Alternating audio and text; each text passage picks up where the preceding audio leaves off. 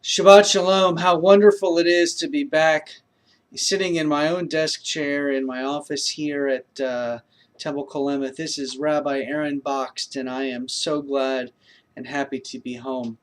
This week's Torah portion is Parashat Shmot. It's from the book of Exodus. It's actually the first Parashat in the book of Exodus. Exodus 1 verse 1 through Exodus 6 verse 1.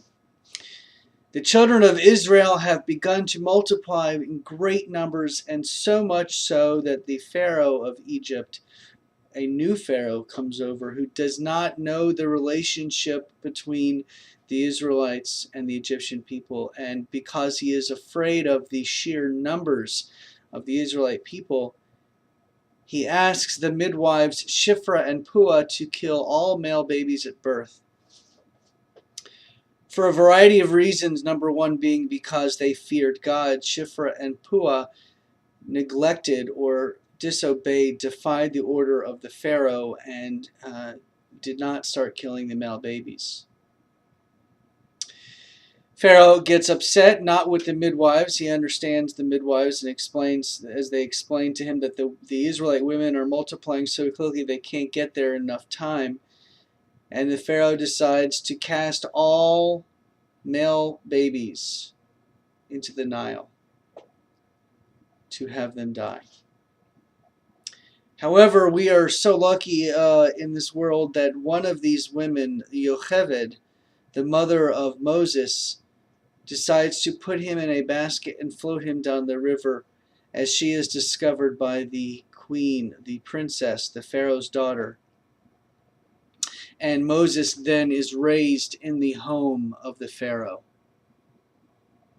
Now, in his childhood, Moses notices the hardship of the Israelite nation, of the Hebrew slaves. At one point, he sees an Egyptian beating a Hebrew, and then he kills the Egyptian out of anger and frustration. The next day, when he comes upon two Jews fighting with each other, he yells at them and tells them to stop. And they remind him that he killed the Egyptian the day before, so why should they stop doing it themselves? No doubt in fear of the wrath of the Pharaoh, Moses runs away from Egypt and flees to Midian. There he rescues Jethro's daughters, marrying one of them, Zipporah, and becoming a shepherd of his father-in-law's flocks.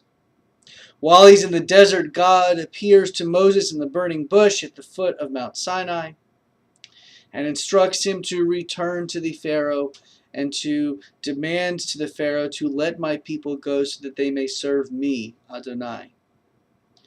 Moses, of course, has a little bit of a lisp and is afraid of his speech impediment and tells God that he is not the right man. And God appoints his brother Aaron to be his helper, to serve as his spokesman. Moses then does as he is told and goes to the Pharaoh. And the Pharaoh hardens his heart, or has his heart hardened, and decides to actually make life more miserable for the Israelites, the Hebrew slaves. At the end of this Torah portion, Moses returns to God and says, "Why have you done this evil to this people and made life harder for them?" And God promises that his redemption, his redeeming them from slavery, his freeing the Israelite nation, the Hebrew slaves, from slavery into freedom was coming. I want to focus for just a moment on Shiphrah and Puah, the example that they serve to our people. The moral courage, the courage that they showed by virtue of the fact that they disobeyed the Pharaoh's command. This cannot be taken lightly, because for sure their lives could have been in danger by defying the Pharaoh. However, they feared God, and their fear of God was stronger than their fear of what the Pharaoh might do to them.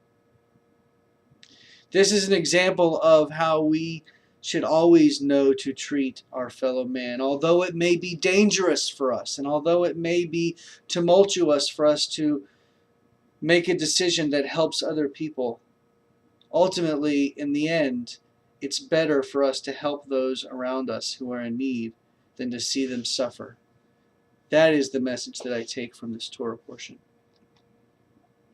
I hope you will visit our website, www.kolmeth.net, to see our variety of programs that are going to be coming up. We have a service at 8 o'clock this Shabbat, as we do every Shabbat. I hope that you have a wonderful and restful Shabbat, and I look forward to welcoming you into the halls of Temple Kolemeth in the future. Shabbat Shalom.